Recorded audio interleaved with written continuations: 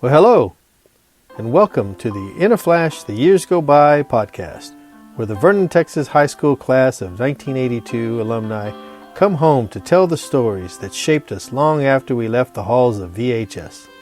I'm Ray Gerald, and every episode I have the privilege of visiting with a fellow Vernon Lion to revisit our high school days in Big V and share moments, memories, and milestones that carried us from our Vernon roots to wherever life took us next.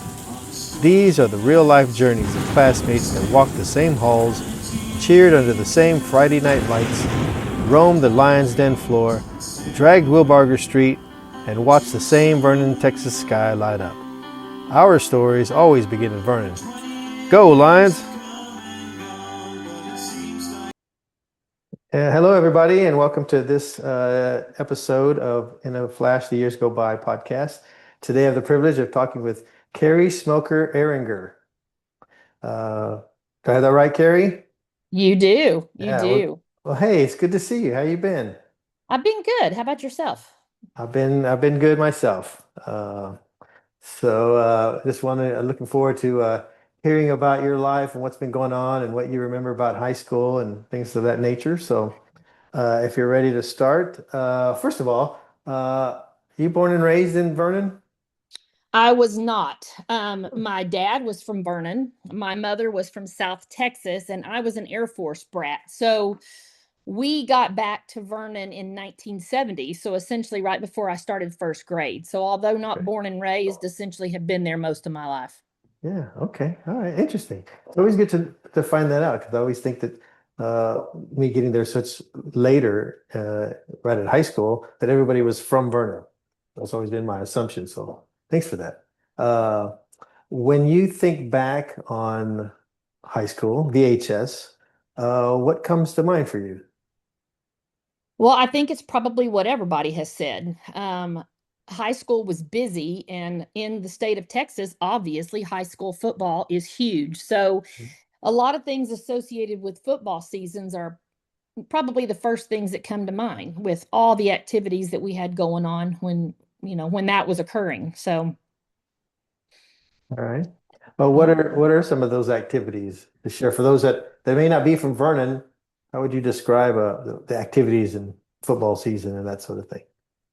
Well, I mean, I was in drill team, and drill team, as you've heard from a couple of other people you've already talked to, was pretty much all encompassing during football season. We would, I did it from the time I was a sophomore until we graduated. Practices were intense. Mrs. Rader was a perfectionist, and she expected to put a perfect product on the football field. So, to go along with that was a lot of practice. We did a lot of, I think Linda's the one that said that we were Monday nights on the football field under the lights, and we started at 5 o'clock and we went into whenever. Oh, Um, Thursday, we were actually out on the back behind the football stadium where we didn't have any lights. And the idea would be that that would be the last night we had before Friday to perfect everything. And so if we had gone all week long and hadn't perfected it by Thursday night, we were in trouble. We got practice. We started in the morning. It was always first period. So we started in the morning about 6:30 and went through the entire first period. We had squad leader practice after school that we would go into pretty much every afternoon after school. So it was pretty much all encompassing for the entire football season. But again, I think Jenny attested to it. Nancy and Linda, it was a good product that she put out there on that football field, and so she wasn't going to have her name attached to anything that was not going to be perfect. So a lot of pride in that. you were a squad leader. What did that mean? Um, well, I was a squad leader my junior and senior years. I was actually the co-captain my senior year, but that was essentially we would go off in summer camp. The squad leaders would go off in the summer. We would learn a lot of the routines. We would make up a lot of our own routines. And then we would come back, and each of us was responsible for a group or a squad, and we would teach them those routines during the summer so that when it came time to when two-a-days at football started, that's when drill team also started. And so we would go out there and everyone was expected to learn those routines so that when it came time to doing our practices when school started, we were essentially perfecting things that should have already been learned in the summer. how many routines, different routines did you guys have for a season? I would think one or two, but it sounds like more than that. We did. We probably had some that we repeated, and obviously there were some favorites. Disc routines that was always a favorite. It was one that everybody learned. I remember seeing it when I was in the seventh and eighth grade from the girls that came ahead of us. And then we just kept doing it throughout the year because it was such a popular routine. But we probably had five or six throughout the football season, and we might repeat some, or if we decided that we didn't want to repeat anything, then we would bring up another one. So we always had some that were in the back of our minds. Obviously, summer camp would teach us a lot of different routines because you had different kinds of drill teams. You had those that were more kind of a military drill team. You had a lot of those that were a lot of those dance squads. And so some of the routines that we might have learned at summer camp were not necessarily beneficial for our particular drill team on a football field. Oh, okay. And what did you learn from being on the drill team? Discipline. Discipline. All right. How so? Discipline. Well, because again, you had to get to the point where you had to be there. I mean, you had to attend every pack practice. I think you could miss two practices during the week, and if you missed anything more than that, then you weren't performing on Friday night. Wow. Um, so you were disciplined to be there. Marianne expected you to be on time. She did not expect you to be late. If you were late, it was a demerit. If you got three demerits during the course of the week, you didn't perform on Friday night.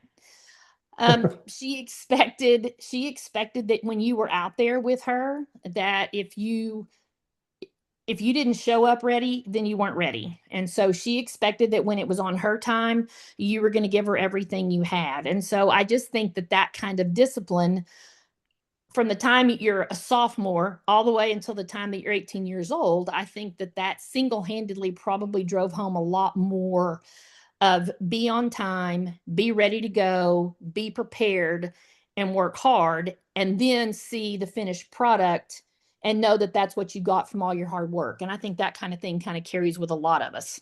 Yeah. All right. Awesome. Well, what other activities were you involved in school?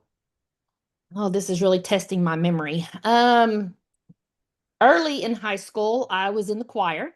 I was in the choir from my freshman and sophomore year. Okay. I did drill team, obviously. I think golf. I was in Oh, golf all 4 years. all right. Student council. I was the student council secretary when we were seniors. Okay. What else did we have?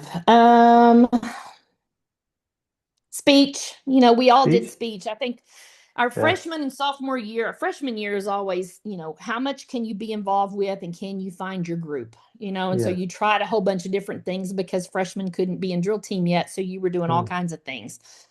Speech didn't last real long with me. They tried to put me on the debate team. I was never going to be Matthew Stafford or Jimmy Orr. It was never going to happen. I can argue with the best of them, but they always wanted to argue the side that I really didn't want to argue. So Right. I didn't last very long in debate.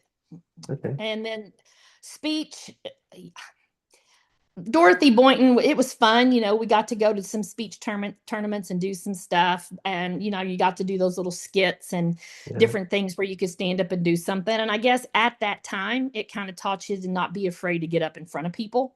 Hmm. It kind of brings you out of your shell a little bit, especially as freshmen when you're, little fish in a big pond. Yeah. And that kind of helped. But I don't think that that was going to be my group either. With everything else we had going on, that was probably one of the reasons why speech didn't last very long with me. Yeah, I can see that. What do you remember what events you did in speech? Um, no, I No? remember trying to do debate a couple of times, which kind of, as a freshman, Dorothy kind of preempted you to do some speech things where you were doing a little bit of debate, and then it went on. If you went Oh, on to okay. debate, I think you went on into Miss Jones, but Hmm. I think it was just little starter things where she just kind of put you in. I know that we did. There were a couple of duets where you would go in and you would do those little prose readings, and you would have a duet where you would kind of act it out. Right. So I don't really know that that was speech or why it was classified as speech, but we always did it in speech class. Right. Okay. So All right. Tell me about choir. What was that like? I don't remember you being in choir, but Yeah, choir was fun. We did a lot of different presentations. I think Donna said that we did go to the nursing home, and we did do some caroling and different things. We did go into several schools, over to intermediate. We traveled into some of the different schools, and we did some presentations. I actually went into choir competitions where you would go in and you would do auditions, and you might make all district choir, and then you would move on to regional, and then you would move on to state. So I did make all district freshman and sophomore, but Wow. regional, no, no, Yeah. no regional. All right. And now tell me about golf. What was that like being on the golf team? Um, well, you've heard who all I was on the golf team with, so it was always a great deal of fun. Um, Jay and Jeff Judd, Jay Galden. Jay, Jeff, Rob. When I was a freshman and a sophomore, we had Dana Rice and Kelly Kiesling. Kelly was really good. Mhm. Kelly medaled. She was actually a district medalist when I was a freshman and a sophomore. She actually went all the way to state, so she was really good. Okay. But we had a lot of fun. Had a lot of good golf coaches. It was a sport that I'd played since I was 6, just kind of out on the golf course. I think a large part of me being on the golf course when I was 6 was just something for mother to take me and put me out there so she didn't have to watch me in the afternoon. She knew that she had a good 4 hours where we were out on the golf course, and we couldn't get in trouble out on the golf course, so she thought. But I think that was just one of those things where it was just, I wasn't going to run track. I didn't like to run. I did all that in intermediate and hated it. Played tennis in intermediate, didn't like it. So it was just like, okay, you got to do something. So what are you going to do? So Right. golf was it. But golf was fun. I mean, there weren't very many girls that played golf back Right. on the golf team. So once Kelly and Dana, once I became a junior, it was just kind of all new girls that came on that might not have ever picked up a golf club. And so it was just kind of taking, and helping them and just kind of teaching them as we practiced and then competed. We only had 2 other teams that we competed in for girls golf in district. It was Mineral Oh, Wells and Graham. really? That's it? Oh, wow. Yeah, Okay. for girls golf, those were the only 2 programs, at least in our district. No one else Yeah. besides those 3 teams had a golf team for women. Now, the guys always had big golf teams, so they got to play a variety of different people. Most of the Wichita Falls teams had golf teams, and then you had Yeah. Iowa Park had a men's golf team, but they just didn't have a women's golf team. Hmm. Did you find So yourself either mentoring or helping the freshman or sophomore that never picked up a club and came out for golf? I did. And we had a good time. I mean, we always had fun, but if you haven't ever when they're first learning the game of golf, they're more focused on hitting the ball and Hmm. making sure that they're counting their strokes. And so they might not have a real attention to detail for some of the rules that's going on around them. They're focused on what they're doing, and they're not paying attention to a lot of whom they're playing with and what they're doing, Oh, which was not good in a certain situation. I mean, I was a district medalist in my junior and senior year, and then we went on to region. And one of the problems with region was that one of the girls that we were playing against was not doing things correctly in the golf tournament. She was teeing the ball up in the fairway. wow. She was pulling out a flask of cherry vodka and taking swigs while we were playing. And so some of Wow. the other members of the golf team that were playing with her were not really focused on what she was doing to be able to call her on it.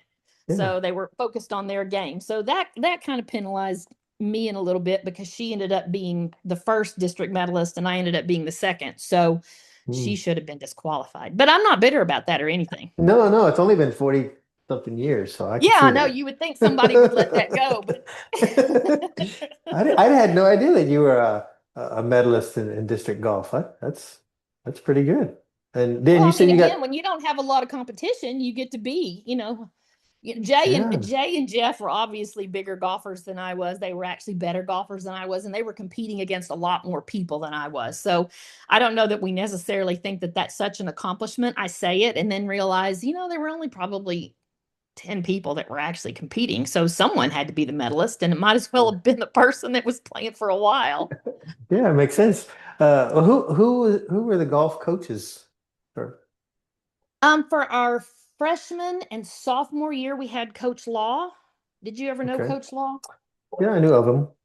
Yeah, and then junior and senior year was Coach Scott. But Scott, Walt. All right. Walt Yes. Scott. Okay. So you didn't have a female coach No, for the female team. Okay. no, All bless right. Coach Scott's heart. He had to take care of all of us. He had to take care of the boys and the girls. And, you've already heard stories about, we loved Coach Scott. Coach Scott was probably one of the most fun teachers that I've ever had, one of the most fun coaches I ever had. But man, he was gullible. Yeah. I had him as a football coach, but I don't think I had any classes with Coach Scott. Uh, hmm. All right. So, all right, those are your activities.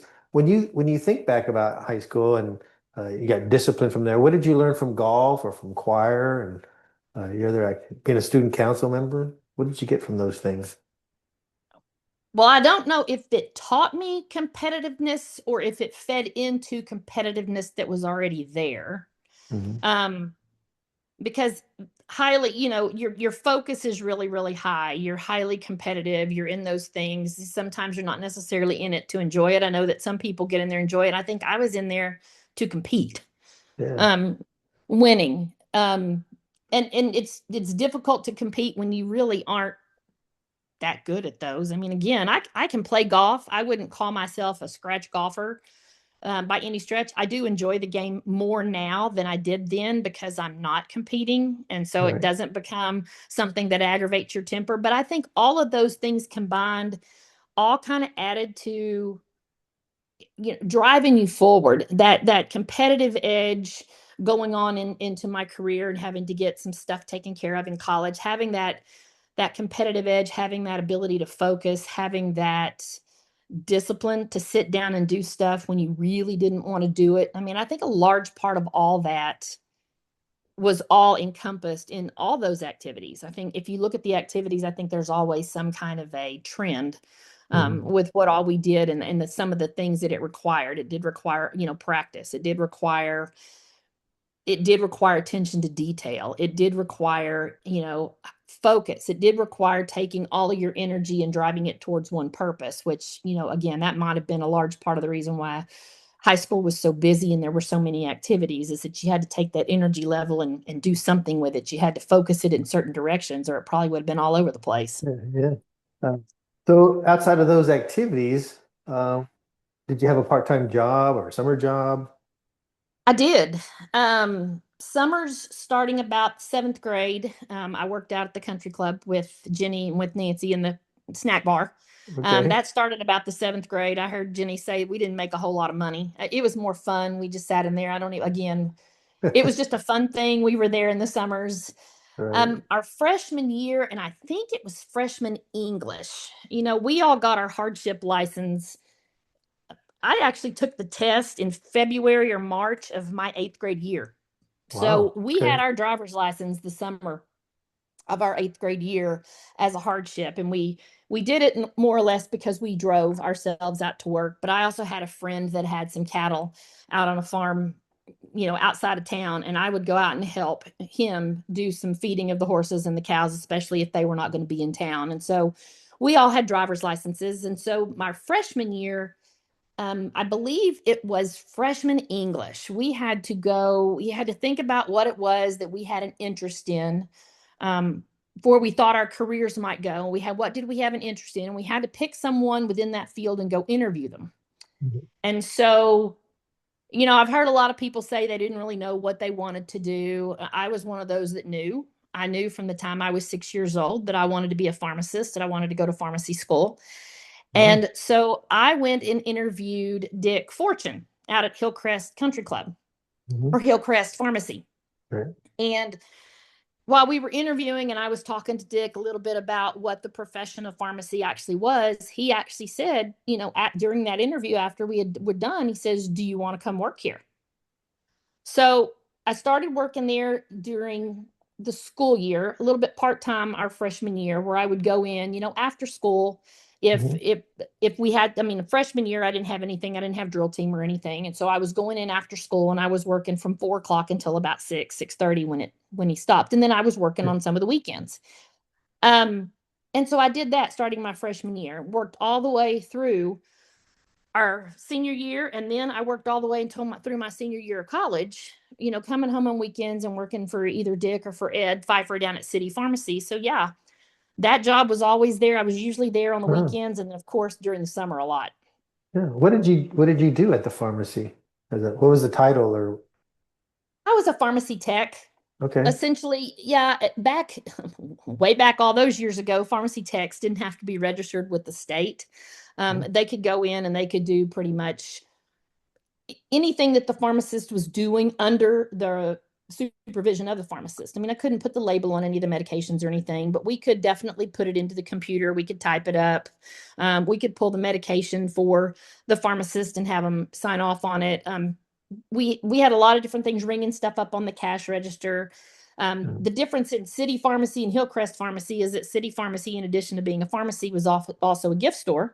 So there was a lot of stuff there where we would help stock the shelves with the gifts, wrap the gifts if people came in. So, Okay. just a bunch of different things. But yeah, from a pharmacy perspective, it was that it got us used to seeing, or it got me used to seeing the pills, the tablets, the liquids, getting used to the names, finding out what they were for. And, working out there at the pharmacy at Hillcrest, you were also right there with all the physicians in Yeah. Vernon. So you got to learn a little bit more about when that they would prescribe certain medications for certain things. So it was a very interesting thing to do. Wow. Back in high school. Wow, I had no idea. I mean, I think I remember you working at the pharmacy, but I didn't, you're not thinking about what people are doing. They're just thinking, oh, this is where they work. Right. Cool. So what was your social activity, social life? What did you do when you weren't working or when you weren't drill team? What were you doing? We were probably driving up and down Wilbarger Street. Yeah. I'd like to know, I'd like to go back and figure out how much gas Yeah. did we use driving up and down the streets. Yeah. That's how I we mean, did. we would stop at certain people's houses, when we got tired of driving up and down, or looking to see where everybody was. We might go to some people's houses and we'd take a break, grab something to eat or drink, be back out there again. Hmm. So, but that was it. We'd stop in parking lots, stop at the Sonic. Before Yeah. it was at where the Sonic is now, back at where the Yeah. Sonic was right across from Methodist Church, we would go and Yeah. sit there for hours. I'm sure the Sonic just loved the fact that we were there, Yeah. getting out of our Nobody cars and buying anything. accumulating. Yeah, nobody buying anything, just sitting there and hanging out. Taking up space. Yeah, Yeah. I tell people a lot of times it's that when the movie Dazed and Confused with Matthew McConaughey, all right, all right, all right. Uh-huh. That's Vernon. Yeah. That was Vernon. So it so in school, your mom, Pat Schmoker, was a government teacher, but did she teach other things besides government? She Is did U.S. government, right? yeah, she did teach government as sophomores. I didn't have her. A lot of everybody else had her. She had a couple of world history classes that Oh, she okay. kind of started teaching. I did have her for world history. There were but she had one world history class when we were a senior, that she kind of had a group of people that were in. I think it was probably a test product. A lot of the times the high school didn't want you to have your parent. I think, Nancy didn't get to have her mother. Hmm. Um, it was probably a good thing that I didn't have Pat until I was a senior. But Hmm. it was world history. We had a lot of fun. We went through a lot of notes, and then every Friday we had culture days. So Culture days. yeah, we used to love culture days. We would bring in food from different Okay. cultures. We had to sit there and choose a culture and then bring in food. And we always loved the fact that Johnny Alleness was in our class because his mom would always make enchiladas, and they were so good. What was that like? So having a parent as a teacher, either seeing them in the hall or no, or hearing things or whatever, and actually having in class, what was that like having your mom as a in high school? Well, I mean, I think there were benefits because anytime you needed something, you could go to the room and you could get something. But then again, just like every teenage person, you probably didn't pay a whole lot of attention or just hoped that there was not a whole lot of attention being paid to you. You kind of disregarded every time you walked past your room. And I remember, what was it, junior and senior, our lockers were all back there on that back hall. Yeah. and mine was right across from her room.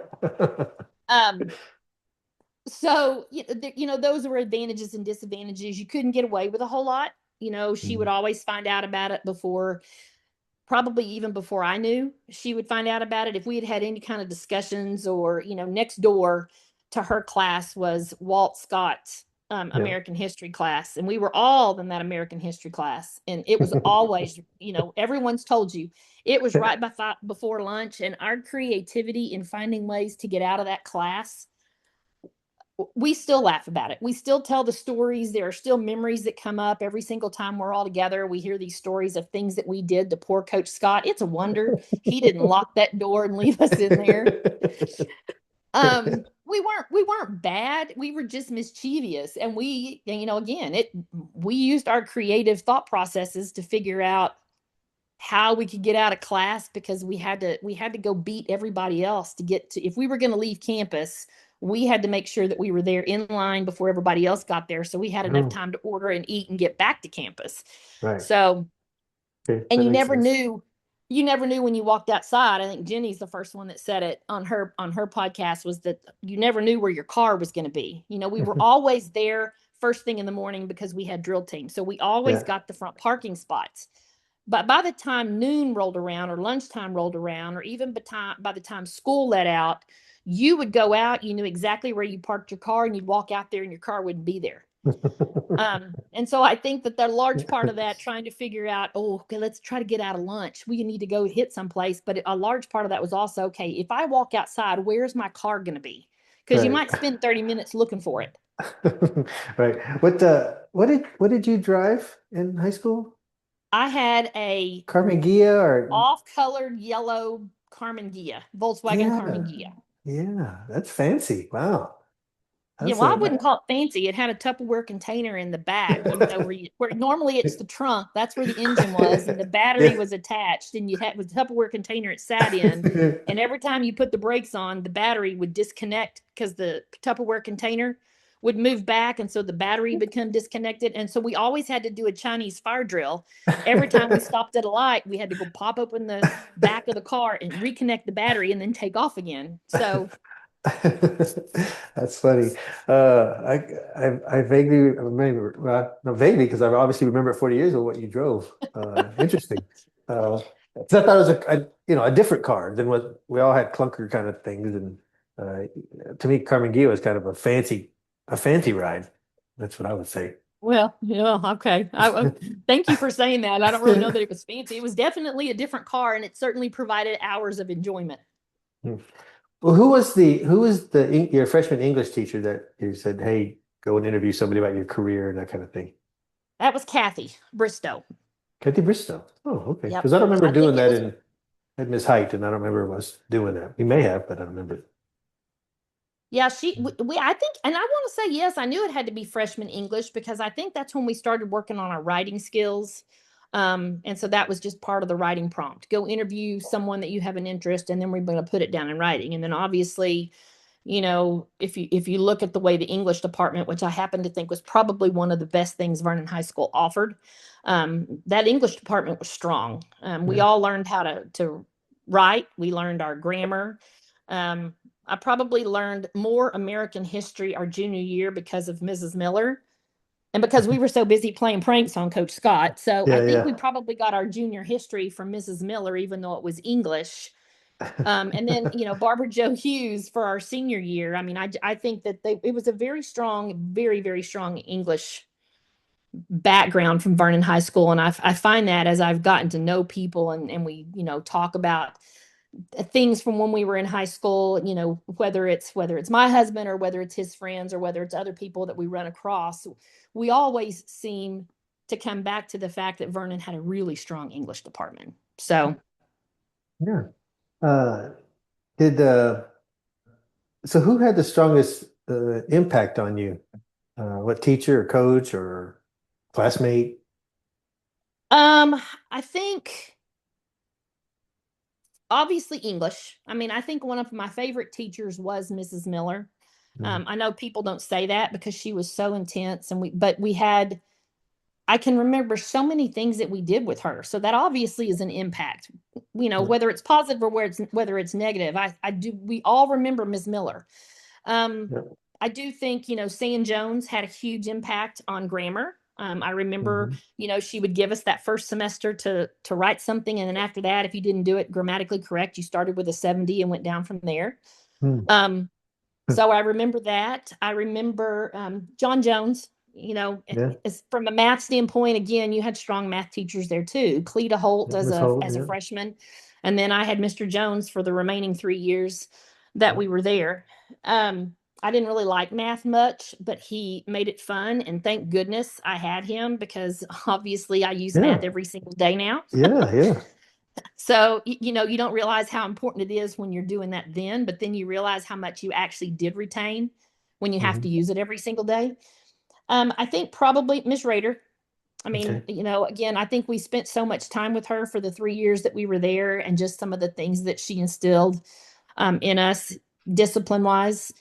I think those are probably Coach Scott. I mean, he was just one of our favorites simply because he was just so much fun. I Very don't know fun. if he thought we were fun, but we thought we were fun. Yeah. And a lot of the reasons that we thought we were fun were because of the things that we pulled on him. So, Yeah.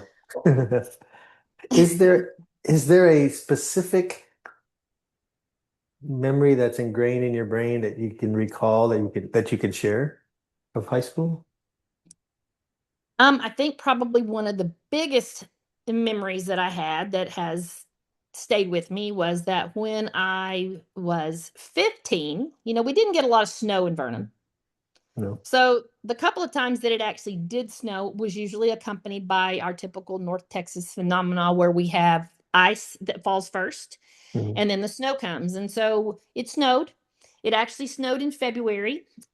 We were out. We got to get out of school, which again, we didn't have a lot of get out of school days because of weather, but we got to get out of school and we did all those, things that you do only in country towns that you would never do in metroplexes. And that is, get behind people's pickups or cars with ski ropes and tractor inner tubes or hoods of cars. And we would go sliding along roads and parking lots, and then you would take those same tractor tubes that particular year. We take those tractor tubes and we would put them on the top of the berms at the football stadium and we would slide Mm. down. Yeah. Or we would go out to the country club and we would go on that one big gigantic hill that would take you all the way down onto the lake. But Mhm. most of the time we didn't do it very often because it didn't do it that often. But that Right. particular year we did it. We went out to the football field. We got our tractor tubes. There was ice on the berms, which was great. There really wasn't a whole lot of snow. So the track that goes around the field, as you go to the berm, you'd hit down the stadium or you'd hit down the grass, Yeah. and then you would see the curb and then you would go out onto the track, right? Yeah. Well, the way that the inner tube and I hit my foot, hit the curb, came down just like that. That pretty much ended our fun. We walked around on it all day long. My ankle was very sore, walked around on it all day long, Yeah. did our thing that we were doing, visiting around people's houses. And I didn't know, but that night there was a surprise birthday party for me because I was turning 16 that couple days later, Okay. and went home and I was getting dressed because I thought we were going out to do, our typical ride around Wilbarger, Mhm. and I couldn't get shoes on or boots on or anything and couldn't do anything on my foot, couldn't walk that night. People showed up at the house, surprise, surprise. I was in a lot of pain. They ran me to the emergency room at about 12 o'clock that night and found out my ankle was broken in both places. Oh. Of course, the emergency room had everybody that was at the party. They were all in the emergency room waiting to find out. So, again, small town. Yeah. Everybody's sitting there, something was going on. And I ended up going into the hospital and on my 16th birthday had surgery to place pin in my ankle. Wow. Hey. Um, and I guess that one is memorable because I had to try out for drill team, that to squad leader, Yeah. that I had to try out for squad leader with the cast on my leg, or right after I got the cast off. I had to walk around a golf course playing district golf with a Yeah. golf pull cart attached to my belt loop, and I'm on crutches hitting the ball. Probably the best golf I ever played because you couldn't put your weight down on both your feet. You only had to swing through one. Yeah. So that's probably the most memorable Wow. experience in high school. Yeah. How did so you obviously made it from the tryout to be a squad leader. What was I remember Linda saying something about you have to come up with your own routine. So were Hmm. you using crutch with your routine? What song did you play with all that? I think that I did that first year. I think it was to Leroy Brown, and I don't know that I used the crutch. I think I avoided kicks. I could try to do a kick, and I actually did a kick with one cast on because you had to show that you could do certain high kicks. Right. Um, I think that a large part of it was just I don't remember it. I remember having to do the routine and I remember having to try out. And I don't think I had the full cast on. I think I had something more like an air cast because Yeah. we had the tryout somewhere probably into March, first part of April. And so Okay. this all happened middle part of February. So I think I was 6 weeks in. And so it was right Okay. after that, but I was still had to be pretty ginger on that leg. Yeah. All right. I don't, I now remember, maybe there's a picture in one of our yearbooks of you on a crutch or in crutches, or in a cast somehow. But I vaguely remember that. So it sounded like um, Miss Bristow, you getting the interview of Nick Fortune and moving that because you knew what you wanted to do. That sounds like that was probably a very impactful moment in high school. Was there anything else that led you to what you wanted to do after high school? Was that it? No, that was it. I mean, I think I had wanted to be a pharmacist. Our neighbor down the street was a pharmacist. Um, so I didn't really know much about pharmacy then. I know that he went in every day. I know that he helped people. I thought, that is something that would be kind of entertaining to do, be fun to do because you get to, from a retail perspective, at least from where they were, you got to see people. So not only Yeah. were you dispensing medications, you were talking to different people all during the day. And I thought that that would be an interesting profession to be able to do, to be able to help, to be able to serve um, people, but at the same time getting to meet a whole bunch of different kinds of people.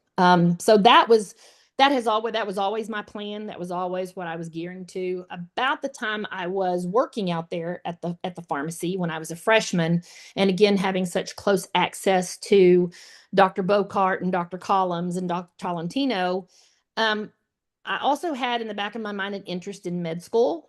And they all knew that I had kind of an interest in med school. And so with the three of them, they would often call me whenever there was an interesting procedure that might be going on at the hospital or something that might be going on in the clinic. If someone came in with a broken bone or something where they were going to set it, they would call me back to let me look at it because, the easiest way for someone going into med school is to make sure they understand what the rigors of med school are going to be and to see, do you have, when you see gross stuff, are you going to pass out or are you going to have an interest in it?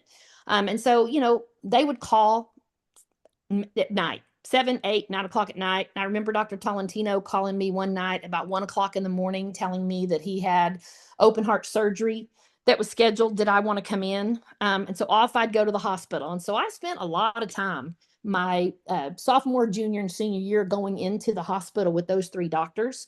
Wow. So by the time I graduated, the plan was kind of, I think I'm going to still go to pharmacy school because I'm going to need to have a way to pay my way through med school. But my intent kind of changed and said, I think I'm going to go on to med school. I think I was really thinking I was going to go into cardiothoracic surgery. Really kind of had a plan that I Wow. was going to do that. Yeah. Wow. So that was always kind of the plan. And even as I was in college, I would go home for the summers and the three doctors would still call me anytime they had something interesting. I think I probably saw 20 babies born before I was ever even out of college, which was, Hmm. an interesting thing. I got to see a variety of different procedures. The one that almost got me was when they popped a toenail off because of a fungal infection. Ooh. Yeah, that one was just a little gross, which Yeah. Dr. Bocart, Bob, used to laugh at me. And he said, I can't believe you can sit here and see all this blood going on, but the minute someone pops a toenail off, I almost lose you. And I'm like, well, that was pretty gross. Yeah. I could see that. Wow. All right. So are there any other high school memories you want to talk about, or are you ready to move on to after high school, after graduation?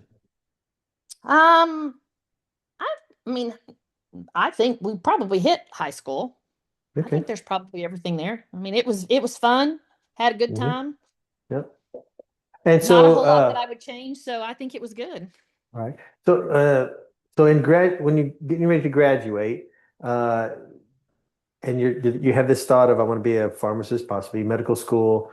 Um, did did your life turn out as what you thought it would from when hey, this is what it's going to be, and I've got this view, this picture of what it's going to be like? Did that come to fruition or not? How close to reality did that land? Um, Pretty close, I think. I think. I applied. Things started kind of turning pretty quick. I applied to A&M, got accepted to A&M, was on my way to A&M, and A&M at that point in time didn't have a lot of girls' dorms at A&M. I mean, A&M was an agricultural and mechanical Hmm. college, and they had the core, and so you had a lot more guys going to school at A&M than you did girls. And so they hadn't really caught up with the times to put in dorm rooms. So I was headed to A&M. I knew I was going to go to A&M. And about 2 weeks before school started, we got our room assignments and I didn't have a room. I had gotten a scholarship. I had gotten everything that I needed to go to school, but I did not have a dorm room. Um, Oh, so they were going to put me in the cafeteria and they were going to on cots and football lockers and wait until someone dropped out in the first 6 weeks or people who didn't show up, and then they would move you into the dorm room. ooh, And wow. I don't think Pat really thought that was a great idea, that I was going to be that far away from home and in a cafeteria. Yeah, And I'm not so sure I thought that was a good idea. So 2 weeks before school started, I pivoted and went to up to Southwestern Oklahoma State, which was what the plan was for me to transfer up there anyway for pharmacy right. school. So I pivoted and went up there, and 2 weeks before school started, I enrolled at Southwestern. Um, Wow. got a dorm Okay. room that happened to be open, got enrolled in classes and everything. So that was probably the first pivot that didn't work out the way that we thought it would. We had to Wow. we knew we were going to transfer. I knew I was going to transfer up there because I knew that's where I was going to go to pharmacy school. I just thought I had 2 years before I was going to do that. Right. Okay. But Hmm. then as far as pharmacy went, yeah, I mean, everything was there. I went through the pharmacy program at Southwestern. I did a 5-year program in 4 years. Because by Wow. the time you got into by the time I got into school, because we had started taking classes. A lot of us would take classes in the summer at VRJC, trying to get some of the harder classes out of the way so Hmm. that we didn't have to deal with them in a 4-year school. So I did, all of my English I had already done an examination and got credit for without having to Hmm. take an English class. So took math, took a lot of the histories, the governments, the histories, Right. got those out of the way. So by the time I went in, you were not really a freshman on hours when you went Right. into a freshman year of college. Okay. So the second pivot came when I was about ready to graduate from pharmacy school, and Bob Bocart called me and said, "Hey, we might want to rethink this medical school thing." Um, I had already I had already kind of been accepted at OU for med school, again because of Bob. Hmm. Helping me with that. So I'd already been accepted into med school, but there were going to be some changes that were coming out in the field of medicine. And that's about the time where you started seeing the first parts of, if you're going to go to a general practitioner, you have to have a referral to go to a specialist. Before that, they hadn't really been there. You could just go to any specialist, but now insurance is starting to change a little bit, and they're going to start requiring that you go to a general practitioner or a family practitioner and getting a referral before you go to a specialist. Okay. And he said, with you wanting to specialize, unless you're wanting to go into family practice per se, medicine is going to change as you know it. And he said, I just want you to be aware of that, because you might not, it might be a little more difficult. You're going to spend an awful lot of years in school over the next 10 years to get that specialty designation that now you're going to have referrals to get into, so that would be great if you're planning on living in the Metroplex. But part of the deal was that the thought had been that I would go back to Vernon and practice in Vernon, Hmm. because that way Vernon helped pay a little bit of med school as well. And so I was going to have to go back as kind of like an indentured servant, if you will, where I'd Right. have to go Right. back and give some of my practice back. And he says, I just want you to think about it. He goes, I'm not trying to dissuade you, but he goes, I want you to think about it. So Hmm. at that time, I thought about it and thought, you know what? We've gotten through school. It was needed a little bit break. If it's going to be a little, I'll give myself a year. We'll see if it changes. Things change in a year, I'll go back. If not, then I'll just stay in pharmacy. And that's kind of what happened. So Okay. we pivoted again and we got out, went and out of a pharmacy school, and I did not go back to med school. So Okay. All right. So was you talked about going to A&M or planning to go to A&M. Was that for pre-med? Was that your initial plan to be a major in pre-med or no, I just was going to what? major in pre-pharmacy because all those Okay. classes were going to be the same. They were all going to be kind of tailored the same way. Because A&M didn't have a pharmacy school at that time. Okay. A&M didn't have a med school at that time. So everything that you were going to do pre was going to be all your science courses and all those courses Okay. that you could take that to then go on and transfer. And that was always going to be, anytime you transfer colleges, you might get to transfer some of your credits and you might lose some of your credits. It just Okay. depends Right. on what school, but they were all it was all still general education geared towards a degree that would have moved you on into the science pattern anyway. Okay. And so you went to it's Southwestern Oklahoma State University, is that correct? Mm-hmm. In Mm-hmm. Weatherford, Oklahoma. Mm-hmm. And Mm-hmm. that's for folks that don't know, folks in this area might know that, but for folks that don't know, that's like one of the top pharmacy schools. Is that correct? It was at the time, Yeah. it was number 3 in the country. Yeah. Okay. Wow. And so you were there for 4 years. Mm-hmm. Did you get a master's in or a bachelor's? What do you? I got a bachelor's in pharmacy at the time with a double minor in chemistry and biology. Okay. Well, you were taking so many classes, it was really interesting because in high school I had one science course, right? I had Mr. Hunter when I Yeah. was a freshman. I didn't take any other science courses in high school. I didn't Really? take chemistry. I No didn't take biology? Or no. rather, wow. That was just physical science. That's all you took? That's all I took. Oh, okay. So, and I don't know why I always liked science.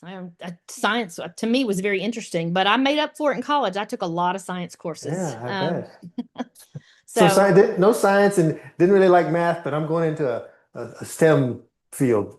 I'm going to go in where I'm going to use math every single day. Yeah, and science.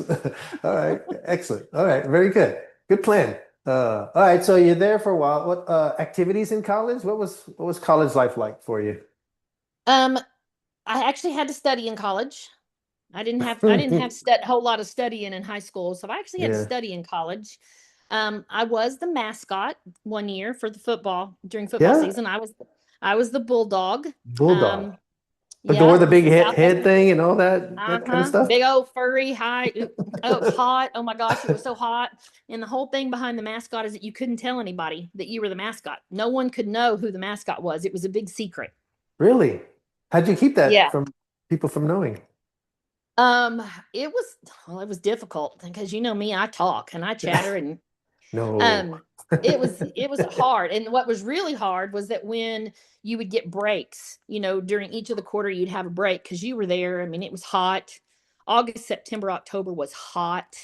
And you were in this big old furry costume and you were out there on the football field that was already not even real, it was not even grass, it was artificial turf, so it was Mm, hot. yeah. And so you'd have to find a way to go someplace in secret where you could take the hat off and at least be able to breathe. Yeah, So yeah, yeah.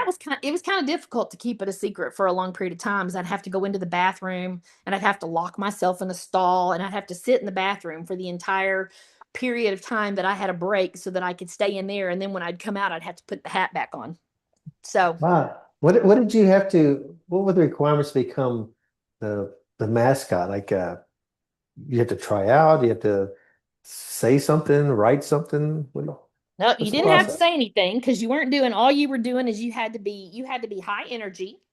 Okay. You had to run around like a chicken with your head cut off to get the crowd involved. And our football team was not good. I mean, it was NAIA, which is what Division two. Yeah. So they weren't really that good. I didn't have to do any kind of gymnastics, thank goodness. I mean, I was in drill team. I was a Yeah. dancer. I wasn't a cheerleader, so I didn't have to do any gymnastics, thank goodness. I could do somersaults, and I did somersaults. With the I can do, costume on? yeah, you can do a somersault with a costume on. Oh. Not a With that head cartwheel, but a somersault. the big head thing? Yeah, you Okay. just tilted your head and rolled. Okay. Um, so there weren't really a whole lot of criteria. I think I just hit it at the time where they needed someone and no one else would volunteer. So everybody take a step, and everybody took a Yeah, step back, and you were left standing there. Is that yeah. right? It was kind of like, okay, does anyone want to do this? And nobody else volunteered. And I'm like, oh, why not? I'll do it. No one's going to know who it is anyway. And I don't know anybody here from my first year anyway. So yeah, I was the bulldog. Did that ever go on a Um, resume? Did you ever put that on a no, resume? it didn't. No, it didn't go on. How? What's that? What kind of life skill is that going to teach you? I don't know, Other than something. I I was don't know. hot. It was really hot. All right, cool. So, Um, all right. So first, and you kept saying we. Uh, did you? Is that what you meant, Mr. Ehringer, or no, I you didn't said meet him until we after I had to graduated. we you said we pivoted, we pivoted. So who's I we? think that was probably me and mother. Mother, Okay. she was a single parent at this point. She was trying to deal with me going off to school. She was probably trying to take care of Wayne. And so there was a lot of thought processes that were going into the pivots, like what are we going to do next? Oh, okay, Because a okay. large part of my school was going to be, that scholarship to A&M was going to help pay my Yeah. way through school. We didn't have a lot, we didn't have the ability to pay. So we were kind of relying on scholarships when I had to transfer and go up to Weatherford. I got a grant for the first semester and then had to apply for a student loan to cover the rest of it. So, I guess when I use the word we, it means that I felt like mother and I were kind of in that together, Okay. and trying to figure out how we were going to pay for school. And it ended up Okay. being I did it. So that's where Okay. it is. No, Brian doesn't come into the picture until after college. Okay. All right. So one question I need to know. I don't even know if I've even asked Roy this. Did you ever see Roy Stolley at Weatherford? When you Oh guys went, it's not a big school, so I would think you'd run into each other when he was there and you were there at the same time, yeah? Okay. yeah, we did. Mhm. Just wonder if we you ever I saw think each other. we actually took road trips. Roy and I may have gone to Tech for Pike Fest one year. Oh yeah? Okay. I think that was one of the years that Pat said, absolutely do not go, do not leave Weatherford. And so Roy and I got in the car and we left anyway. Okay. Um, and we used to ride home together. Sometimes on the weekends, we Yeah, would and the share rides to holidays or come something. back. Yeah. Okay. Hmm. All right.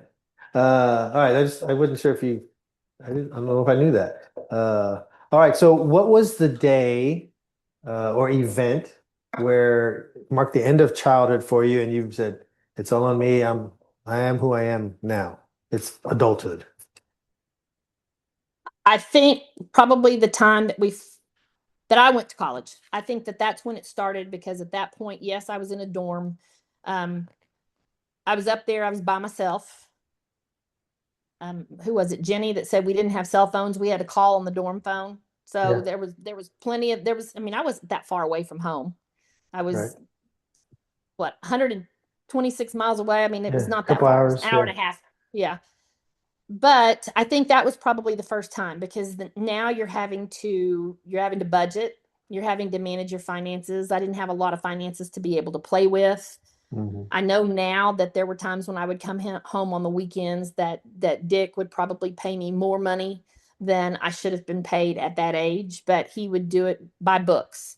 Go to lunch one day. Don't stay in the cafeteria. Go get something. Go enjoy pizza one day. So there was a lot of that supplemental income that I was getting from the pharmacy in Hillcrest to allow me to be able to do some extracurricular stuff for finances. But I think you had to manage that. You didn't have anyone sitting there telling you it's time to study. You got a test on Tuesday. You got to figure it out. Go do it. I think there were probably a lot of panicked phone calls when we would first get the syllabus at the beginning of the year. And I'd call back and tell my mother, there's no way. There's no way I'm going to pass this. There's no way I'm going to pass this. And she would have to probably walk me away from the edge and say, yes, you will. Calm down. Take it one step at a time. But other than that, it was up to you to do it. And that's a hard transition. When you haven't studied, when it's always been fun and games, when you've had such an idyllic childhood and an idyllic, high school career. We were in a small town, and all of a sudden now, Weatherford was still a small town, but it's a bigger pond still because of the college. So I think it was just having to learn different things, coming out of shells, changing personalities a little bit. You've been very, very comfortable for the last 12 years in a small town, and now all of a sudden you got to go meet new people and do new things. So probably then. And so let's talk about your career. So you got a job as a pharmacist, type? presume? Um, Actually, I came right out of school and went into sales. Sales. Okay. From working in the pharmacy in Vernon, there was a representative that was working for Hoffman LaRoche, and LaRoche was one of those for products that people would recognize back then. Valium was one of their big products. Zantac was one of their new Hmm. products that came out. He would come in and he would do a lot of calls, and was there a lot because he lived in Wichita Falls. So by the time I graduated from school, he reached out and said, "Hey, I'm a new manager in Dallas. Would you consider going into pharmaceutical sales?" Um, Coming right out of school, I have a school loan, a big school loan that I've got to pay. I really can't afford a car. He was going to give a company car. So I said, sure, I'll try it. Yeah. And went into pharmaceutical sales with Roche. Had Dallas, Fort Worth, covered a lot of the hospitals in Dallas, Fort Worth, and did that for 2 years. But it was during one of our national sales meetings that was out in Reno. That's when I met Brian, because Brian was also right out of college and he also went to work for the same company. And so that's kind of where I met Brian. So I did that for 2 years. And Okay. then we got married. That was in 88. I moved to Indiana. And from that point, I did a lot of pharmacy stuff in a variety of different things. I worked in hospital pharmacy, realized that was not for me because it was largely in a basement. And I also worked at a children's hospital, and I didn't like working in a children's hospital. I could do older people. I could do, I was coming from a retail setting. I was used to being in a retail setting and seeing people. So the working in the hospital was just not for me. And I didn't like working with children because I didn't like having kids so sick that they've never been given a chance. I was having a hard time with that. So went from that to retail, back to retail, went to work for Kroger. Did a lot of stuff with various branches in Indianapolis, in different Kroger branches. Didn't really have my own store. Um, In so just kind of in the traveled around. pharmacy of those stores? Uh-huh. Okay. In Okay. the pharmacy. Okay. Um, did that for quite some time and then decided I probably needed a break because once you've been at Hillcrest Pharmacy and City Pharmacy, that kind of sets the story for being able to visit with people, and you weren't really getting that at Kroger. Yeah. You were filling prescriptions and they were busy, so Yeah. you weren't really getting to speak to people. So a neighbor of mine worked for a long-term care company that did a lot of consulting for nursing homes and did a lot of nursing home pharmacy. And so I went to work for them and worked for them for quite some time until Brian worked for Johnson and Johnson at the time, and so we're ready to move him into kind of a different role. He got out of, well, he was still working for Roche, but then he left and was going to go to work for Johnson and Johnson, and one of those was in ortho clinical diagnostics, which was going to necessitate a move for us. So we moved to San Diego. Wow. Okay. And in San Diego is when I started in the home infusion specialty pharmacy market. So that was doing all IV antibiotics and different things in the homes, not in the hospital, not doing retail, but all kind of getting the best of both worlds, getting the whole clinical picture from hospital, but more importantly, getting the whole retail aspect because you're dealing with people and helping them provide some stuff in the home. And so that's where I started my home infusion career that lasted until 2023. Mm. So variety of different places it was a national company. So even after we left San Diego and moved back to Texas, I was able to stay with the same company. And then when we left Texas and went to St. Louis, I was able to stay with the same company. And then same thing, St. Louis back out to San Diego. I stayed with the same company. Even coming back to Texas, I was still with the same company. So that one was probably the last bit of pharmacy that I did. But as I was in with the company, I mean, I was there for 20 plus years. And so started off in pharmacy. And by the time we got back to Texas for the second time, um, I was a regional director of operations and had everything from Texas all the way west to Hawaii and Alaska. So Wow. covered a large part, was over a lot of the pharmacies that covered everything Yeah. west of Texas. Okay. Were those the various moves across country, were those uh, necessitated by Brian's career? Okay. Hmm. Because you could work anywhere Right, in the country. Okay. All right. right. So you were in Indiana and San Diego, California. What part of Indiana were you guys living in? We were in Indianapolis. Indianapolis. Okay. Indianapolis and San Diego. I can remember one of our reunions, you traveled the farthest, uh, from wherever it was. Is Kari Ehringer lives in wherever you live. I guess it was Indianapolis maybe at that time. That was the furthest from. Yeah, it may have been Indy. Okay, then California and then St. Louis and Texas. And so, where are you now? Now we're in Colleyville. We've been in Colleyville since 2012. Okay, the We moved Metroplex. back Okay. here. Yeah, we moved back here. Our oldest son was bound to determine that he was going to go to Texas A&M. And so we were not really wanting to pay the out-of-state tuition Yeah. from San Okay. Diego. He was always wanting to go to A&M. And so it was going to be one of those things where we were going to pay out-of-state tuition. And we thought, you know what, now would be a good time as any. And it just so happened that it was a God moment that came in and allowed Brian an opportunity to do a transfer. Hmm. That there was a guy here that was in Texas that wanted to transfer to San Diego, and we were in San Diego wanting to transfer to Texas. And so it just happened to open up. And it allowed us to kind of come back and give, Nicholas 2 years here before he went off to college. So was able to establish residency so that we didn't have to pay out of state. So Nice. we've been here since 2012. 2012. Okay. And how many kids do you have? Two boys. Two kids, two boys. I assume they are grown and out of the home and that sort of thing. They are. Nicholas is 30. He just turned 30 in May. He and his wife live here about 5 minutes from us. They're Okay. both engineers, both graduated from A&M. Cameron is 28 and he played collegiate baseball for a couple of years at Weatherford Junior College here in Texas, and then Okay. transferred to Oklahoma State and then finished up at Oklahoma State with a degree in sports management. Wow. Um, and now he has just completed pilot school, air training, and he is instructing in Houston right now to get his hours to fly commercial.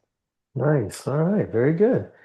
So what did motherhood teach you about life? Well, there was a book I think that came out not too long ago that said that if you can be a parent, you can manage anything, which was about the time that was about the time that I actually started into management and pharmacy, and a large part of it is the exact same. Mm. Um, Interacting with, various levels of your kids, whether it's toddlers going into teenagers, going into, having to pivot again and do adults, raising adult kids and having to relate to adult children. You're managing it the same way. You're still managing the same way. And so I think that probably, I would like to say that having kids gave me patience, but that's not true because I do not have patience. I have more than I probably had. Um, but I think that it definitely helped you. It helped me go from a black and white world, seeing everything in black and white. It definitely added some gray. Mm. Yeah. All right. And you have grandchildren? Yes? I do. I have a grandson who will be 2 in August, and I have a second grandson that will be here in late July, first part of August. Yeah. And what's a word you would use to describe grandparenthood? An absolute joy. Yeah. It's so different. I think everyone has said it that has grandchildren. It's so different because now you're not so hyper focused on making sure that they're being raised and that they're following the rules and all that Hmm. kind of stuff. Now it's one of those things where you can just live in life and be carefree, and we have no rules at Yep. our house. There's just no rules because we don't have to have rules, and we can do whatever is necessary, things that you couldn't do for your own children. Right. um but now you can just have no rules, and then you can send them home and let them deal with it. Yeah, my daughter will often say, my wife was just said to her, but he can't my granddaughter, he can't say no to her, can he? I can't say no to her. But my wife said, nope, he can't. So No, I heard it it's just yesterday. I jumped on him. I had him yesterday at the house, and he went over, and I somehow he found a pair of scissors. And so it scared me. And so I kind of Mhm. jumped at him and said, no, put that back. And then he starts getting these big old crocodile tears in his eyes, and, Yeah. just starts crying and runs over. And I'm like, oh, okay. I'm sorry. I didn't want you to get hurt. And my son's sitting right here, and he was like, Why are you apologizing? You never apologize to me. You usually pop me on the back of my legs. What are now, it's It's different. different now. It's It different. is. Yeah. It's just different. Yeah. So what would you say have been your biggest milestones professionally or personally since high school graduation? Well, personally is easy. It's those two boys and now, two more boys Hmm. at this point. Um, that's probably, you know, watching them grow, helping them, to become the adults that they've become, fostering in them the same kind of faith that I have and watching them get involved, as parents now and as adults. I think that still provides personal accomplishments every single day when you just sit there and you see the kind of people that they're becoming and the kind of care that they exhibit for people around them. And I think that's a personal accomplishment. Professionally, I went back to school when I turned 40. I went back. I think that was because of moving around. I felt like I needed to be a little bit more competitive in the marketplace. And so I went back to school. I went back through the University of Florida. I was in St. Louis at the time, but every single month for 3 years, I was flying back to Dallas for a weekend and going through some clinical rotations and preparing a dissertation and doing all that kind of stuff. And I ended up after 3 years graduating with my PharmD, which is a doctorate in pharmacy. So that was probably professionally something that in a long way, I never ended up getting the MD, but still ended up getting the doctorate on the back end. That Okay. um, you find out when you go back to school at 40, the things that you probably should have been doing when you were 19, but you were too immature to do at 19. So you Yeah. approach it a different way. But yeah, Yeah. so professionally, that was probably it. But personally is way overweighs anything professionally. Hmm. Well, I'm sorry maybe I didn't recognize or didn't remember that you had gotten your doctorate. So I'm sorry I didn't introduce you as Dr. Kari. Nah, Because I know some people, when they get that I only doctorate need degree, to use they, that if I get yeah, I only need to use that if I need to make a point to physicians that I'm working with or something like that, just to say, okay. okay, hang on. Hey, I'm a doctor too. I got some credentials Yeah, behind my I name. know what I'm kind of know what I'm talking about, at least in this particular area. I may not every area, but I have at least some experience in this area. So Yeah. All right. So in your life, have there been any uh, moments or seasons of life that have been difficult or hard for you that you've had to overcome and that you want to share? um yeah, I think the overriding theme. I think when you listen to all these podcasts that you've done, which I'm very appreciative that you started this, by the way, I think it provides us with a maturity of the ability to look back and to hear the other people's stories. And I think that's been a great thing. I've enjoyed listening to those. But so much of the theme from everybody else is sometimes what you see on the surface is not necessarily what's going on internally. Um, about the time I was a sophomore in high school, with all the busyness we had going on in high school and all the activities we had going on, my mother ends up going through a very bitter and very painful divorce. My father was an alcoholic. There were a lot of public displays of that alcoholism, which as a high school student can wreck you socially. Yeah. Um, things that a lot of challenges that provided, a lot of things that you kind of had to get past, all the things that you had to go through when your parents divorce of, is this, if I would have done this, could I have prevented it, things like that. Why does he drink? Are we so bad that that's the way he drinks? um Realizing that it was a disease, and then having to, on the other side of that, any relationship you have after that, having to be able to deal with, it builds a trust issue, right? The biggest thing I think I've had to overcome since high school has been the ability to realize that things happen and they're not our faults, and it's okay for us to recognize that it's not our fault and to be able to move forward. And I think it really kind of struck home when I became a parent, because one of the things that you always feel is, why does this person drink so much that they're willing to forego their family, Yeah. that they're willing to literally abandon their family. And then you have children and you think, I really don't understand it now. I really don't understand how this person that I'm responsible for and would literally give my life for I wasn't important enough for that person to do the same.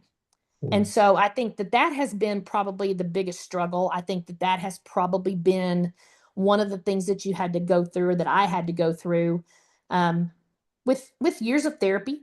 To sit there and say it's okay, to recognize that there are people around you every day. I think that's probably what really drove home the idea that there are a lot of problems in the world, and that the problems at the time seem huge and they're big, but God is bigger. mhm. And those are the times when it really kind of, that's when I was always involved in church. We always did things in church when I was growing up. I was always there. Pat made sure we were in church every single Sunday. It didn't make a difference if you walked in. I never did. I always had a curfew at midnight. But if you always walked in, you were going to get up and go to church on Sunday. Yeah, Um, you didn't get the opportunity to stay home and sleep in. So we always did that. It was always then, but I think that was through those struggles that that's when it really kind of drives home that there is something out there that is bigger than you, and if you lean on it, it's going to get you through that. And so that is really probably what started my walk with Christ, my walk with God, is that you really kind of have to lean on something bigger, and that the times when you are struggling, or when you're so overwhelmed and you just think, I don't know if I can do this, you just kind of throw your hands up and say, take it away. yeah, Take this away. Do what you do.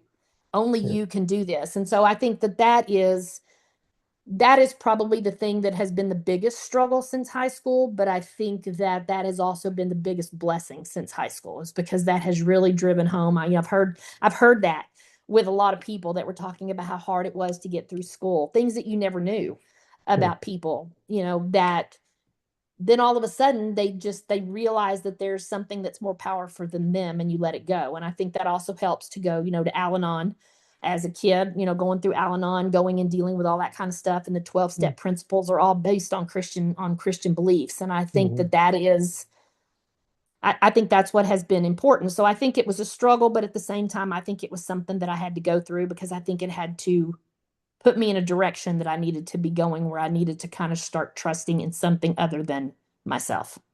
Yeah. Well, thanks for that. I had no knowledge of any of that. So you wore it well if you're going whatever you're going through. And I can remember there's a guy at our church, and he often talks about, when you have little God, you got big problems. You got big God, you got little problems, because the problems that you have are nothing in comparison to what he can handle. And so I think that's kind of what that brought to mind for me, is what you were sharing. Um, Mm-hmm. uh, so what relationships or friendships have stayed with you since high school? Quite a few of them actually. Obviously you see people when you're at the class reunions and you're getting to see people again, but we've maintained friendships with the people, that I grew up with Nancy and Jenny and um Allison and Trisha. Our parents were all friends. When we were 6 years old, we all got together. We were all in the same swim lessons. We were all Hmm. doing the same campfire girls. So our parents were friends, and then we were all friends. And even though we had that period of time in college where we all went our different directions, Yep. the best thing about Facebook is that it brought us all back together. You could start seeing what people, and you could at least connect up and at least figure out where people were. And so that kind of reignited friendships that we kind of kept.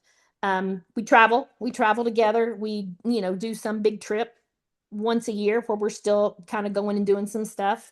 We, still get together with Jenny having that ranch in Quanah. We still get together, and then we get to see all the guys. Hmm. I know y'all all kind of cringe whenever we're all together, because it's just like none of you answer the phone anymore when we call. I Um, do. yeah, you do. Joey does. Everybody else just nope, hit decline. Sometimes Jay does. Roy does. He might answer the phone sometimes. So Yeah, so we've still kind of kept in contact, still kind of do things, and it's fun. It's fun to be able to do that, and to, yeah. kind of still be together, and realize, my husband says it's really strange that you still have that many friends from high school that y'all are still that close and still do things with. That's just he finds it amazing. Yeah, a lot of people I talk to, they find that foreign. They're like, you still talk to people from high school? My kids think that's real foreign. They graduate with 600 people in their class, I think 700, whatever. Yeah. And I'm like, we had 100 and something. 130, I don't know. I said, but it's just, I don't know, small town maybe. I'm not sure. I think it Are probably there, is. Yeah. yeah, are there some relationships that faded away that taught you something about life? Well, I think, to Linda's point, I think some relationships, if you don't continue to work on or to continue to see it, I think they fade because you get busy. You get involved with kids, you get involved with your jobs. Um, the ones that you don't see a lot or talk to a lot, they kind of fade away. I don't know that teaches you a whole lot. I think it's been very eye-opening to me. After I heard Linda's podcast and realized how close she was, I did reach out to her, because Linda and I, obviously being captain and co-captain of the drill team, we were good friends. We kind of traveled around that junior and senior year when we were going into these camps. And so I reached out to her again. And so I think that that's great. But I think a large part of why things fade is that you just get wrapped up in your own life. And then as we mature, we start to realize, you know what, I really wish that I could reach back out. So again, I applaud you because you doing this is bringing a lot of stuff back to the forefront and allowing us all to kind of reconnect in a way. So I think that that's good. So, what role did Vernon or VHS culture have on you? I think probably the biggest driver of Vernon, small town, high school, things that we all went through, probably set the stage for the discipline that it took me to get through pharmacy school, the work ethic that it instilled, working at such an early age, always having to have something to do, being able, being busy, being able to manage a lot of activities that you had going on at the same time that you had things that you had to get done and trying to pair them up with the things that you wanted to get done. I really think, to your point, your children were raised in a bigger school district. So, you know, their work ethic is probably inherent to what you provided to them. But I think that a large part of that small community and that whole Vernon thing created a community around all of us who supported us. And, I had that. I had that not only with my friends that I was with in high school, but then, even the people outside of that had huge impacts on the way that I was able to go to school and do things at school, between Dick Fortune and Ed Pfeiffer and Bob Bocart and Lane Collins and Ray Tolentino and all those people who were continuing to support me at the time when it was a struggle. At the time when I did have a single mother that wasn't able to afford sending me to school, when I was needing to have something outside of just school, those people were providing me opportunities, they were providing me funds, they were providing me with looking into their lives as to how I wanted to go when I got out. So that's one of the things that has carried over, at least from Dick, because I always thought, somebody gave to me when I needed it. And so it's been one of those things that has always been with me since I graduated, is that when I can give back, then I'm going to take the opportunity to give back, because I remember how important and what kind of a thing that fostered within me. And I think it's important to be able to recognize that and do the same for someone else. Have you ever gone back to those folks to share with them the impact they had on you? Um, no, I wish that I would have been able to go back to Miss Miller and tell her that, even though she was Yeah. a tyrant and everyone was afraid of her, I really wish I'd have gone back and said, you impacted me. I think Sam Jones knew how much she impacted us, because I remember telling her, Yeah. that I remember being able to write now because of Sam. Um, I don't think, I mean, again, math to me was not my favorite subject. I do recognize that because of John and because of Cleta Holt, I do know that I'm able to do my profession that I chose that has an awful lot of math in it. I wish I told Tina Bocart when Bob died. She always knew how important Bob was to me. I don't know that Robbie knew how important Bob was to me, until I kind of mentioned to him some of the things that Bob had done for me when he was here. And no, I probably, before something happens, I probably should go back and, or write a letter to Dick and let him know just how important his support was for me, both financially and emotionally and professionally. Yeah, and I need to do the same thing. That's what makes me not doing that. But we look back now and like, well, these people had so many hands were on me at some point in my life and Mhm. helped guide me to where I am. I mean, we wouldn't be where we are today without the people from Vernon. No, So, you're right. We wouldn't. We wouldn't. uh, so, what is it about your story that you hope people listening to will be inspired by? How do you hope to inspire Well, them? I think the one thing I've probably always tried to do, whether it was kids coming up in Sunday school classes that we taught, or whether it was people that we meet on the road, is that resilience is something that it's hard to find now. A lot of people, when starts getting tough in this day and age, people want to just quit. They want to just stop. They don't like dealing with tough. And I think that, communities like Vernon built a bunch of people that we're tough. We were good. We have good foundations. I think that community provided that foundation, but resilience is something that you got to keep going with in spite of everything.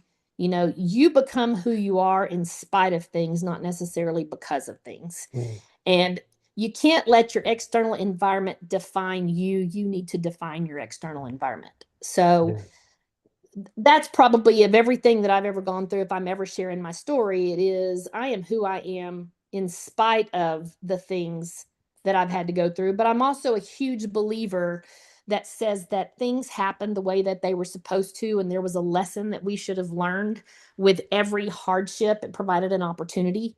Um, but were you quiet enough and were you smart enough to listen? Yeah. Did you pay attention to the lesson? Did you pay attention? Can you look back now and think, oh, there was the lesson. That's what I should have learned. And above all else, do you now attribute that ability to the power that's above you to be able to point you in that direction that you should go? And I think that there are just things I've had to learn, a lot of things to walk on faith and to Mhm. trust in things. And I think that in this day and age, it's very hard for people to do that because, our environment out there today, a lot of people don't trust in something they can't see. Right. And a lot of people's opinions and personalities and beliefs are built on things that they read or hear on social media. Yeah, yeah, yeah. All right. That makes a lot of sense. Appreciate you sharing that. Um, all right. So, well, how would you've talked about faith? Well, has faith been a big part of your life? How has faith either gotten you through things or has grown in your life? Well, again, growing up, we all went to church. We were all involved in church every single week. I think, for at least all the group that I ran around with, we were all in church. I think that when we were younger, we were always going to the church that was going to have the best spring break trip. Yeah, some If it some was going to be the First ski Baptist trip. church, Yeah. yeah, if it was going to be the First Baptist church and they were going to the better ski location, then we were all there. If it was the Presbyterian church, we were all there. Um, the Methodist church had a huge youth program. We did a lot of stuff at the Methodist church. I remember, we were there a lot. We were there on Sundays. We were there on Wednesdays. So we had a lot of stuff there. I think that the growth really probably happened again after college. You college got busy. I don't know that I went to church a whole lot of time, but I do remember leaning on my faith a lot because of the struggles we were having to deal with from a financial Hmm. standpoint, and everything going on with my parents. I After I met Brian, I mean, luckily we both kind of had faith and a good foundation on faith. And I think that first 7 years, when you meet somebody in January and you get married in November of the same year, and he lives in Indiana and you've lived in Texas, Yeah. marriage is hard anyway. Yeah. And when you spend 7 years getting to know somebody that you haven't really known, and learning somebody, that first 7 years of marriage is always hard. I think faith kept us together then. I Hmm. think that complete and total trust, that we wouldn't have met, we wouldn't have been together if it wouldn't have been for the power that brought us together. Raising kids, especially those teenage years, if there's nothing that's going to drive you to faith then, I just think it's there. I think that, I think that the biggest thing about it is that you got to find a place that you're comfortable and you have to just start serving. And I think that we have that now. It was Mhm. when we were here the first time in Texas in the Grapevine area, we got involved with a church that was kind of small. It always reminded us of Little House on the Prairie. And then, we left, went to St. Louis, went back out to California, never could find a church that quite kind of felt just like that one, and then moved back. And the first place we were at was at that church. And so we've become very involved with that church. It's now no longer Little House on the Prairie. It's actually one of the largest Methodist churches in the United States.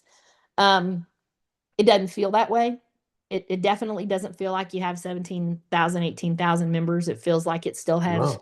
3,000, 4,000. But it's a great church. We're plugged in. We go, we like going on Sundays because we get to see people. We like, everything about the church. And I think it's a lot easier. So I just think that there are just times when there's nothing else that you feel like you can do. And sometimes that's the time when you're at your weakest, that there's that whole footprint prayer that, that's when there's only one set of footprints. And I said, Mhm. there's just so many instances that you could point to, so many things that Brian and I will occasionally look at each other and say, "Oh, that was kind of a God moment," because you can't Mhm. explain it any other way. Right. So Mm. I think being brought back together with all the friends from high school has been a blessing. I think that, there's been a lot of support there. We've had a lot of things go on within our families that it's just good to know that these are the people who knew you back when you were a teenager and they love Mhm. you anyway. Yeah. Yeah. Thank God. Yeah, All right. absolutely. All right. So if you wrote a letter to high school Carrie, what would you tell her? I don't know that there's anything I would ever go back and change, but one thing I really wish that I would want the 18-year-old high school Carrie to know is that you don't have to conquer the world in a day. Mm. You can actually you can actually still be detailed, you can still be focused, but you need to stop and take some time and enjoy the moment and be present in the moment and recognize the blessing that you have when you don't realize that you've got it. Mhm. I think that we there were a lot of activities that I did, and in high school I was striving to get the grades. I wanted the scholarships. I wanted the money to be able to go to school. In pharmacy school, I completed a 5-year program in four. Um, why? Why do it? I mean, what did I miss out on in the time that I sat there and did all that stuff? What was it going to hurt? You hear some people that said, I wish I would have focused more. And I'm kind of thinking maybe I wish I would have focused a little bit less on whatever that driven competitive whatever it was. I think that there are times that I probably could have missed out on. I could have missed out on knowing people in a different light if I would have just not been so focused Mhm. on one aspect that I missed other things. So I think that's probably the biggest advice I would say is slow down, enjoy the moment. You don't have to conquer the world in today. And that's kind of the way I've approached with the boys. Slow down, enjoy where you are because it's going to go by so fast and you're going to miss Yeah. something. Don't Yep. be in such a hurry. Okay. Great. Good advice. All right. Any parting words? Anything that's pressing on your mind or your chest that you just want to get out that I haven't asked or haven't talked about? No, I think I'm good. I hope that you can reach out to everybody else. I hope there are people that will, see these things and realize that it's having a conversation with you, that you do a great job driving this whole process, and it's people are interested. People are interested in hearing what you have to say because again, what's on the surface is not necessarily what we were dealing with, and I think that that's what Mhm. makes us we're all still here. We're all Mhm. resilient, and I think we all played a part in each other's lives, and maybe we just didn't realize that we were doing that. So it would be beneficial to hear what everybody's doing. Yeah. Okay, very good. Well, I really appreciate the conversation. I value what you have to say, that you've had a great career, a great family life. You talked about your personal milestones that outweigh your professional milestones, how your faith has grown and carried you through life struggles over the years. So I really appreciate you sharing that and being open and transparent about everything. So good to have you as a friend. Appreciate Well, it. thanks, Ray. I really appreciate you doing this again. I think this is a great thing that you've done. Sure. All right. Well, everybody, well, that's a wrap for today on In a Flash, the Years Go By with Dr. Kari. So just remember that next time you see her, it's Dr. Kari Schmoker Ehringer. We'll see you the next time. You all take care. Bye. Bye. Well, thank you so much for joining us on this episode of In a Flash, the Years Go By podcast. If today's conversation reminded you of home, of Lion Pride, or of a chapter in your own life's journey, you're in the right place. Be sure to subscribe, share the episode with another Lion, and keep spreading that Vernon Lion spirit wherever you are. And if you'd like to be a guest or nominate someone with a story worth telling, reach out. We all would love to hear from you. And until next time, remember, Lions, Lions, we back you, says the class of '82.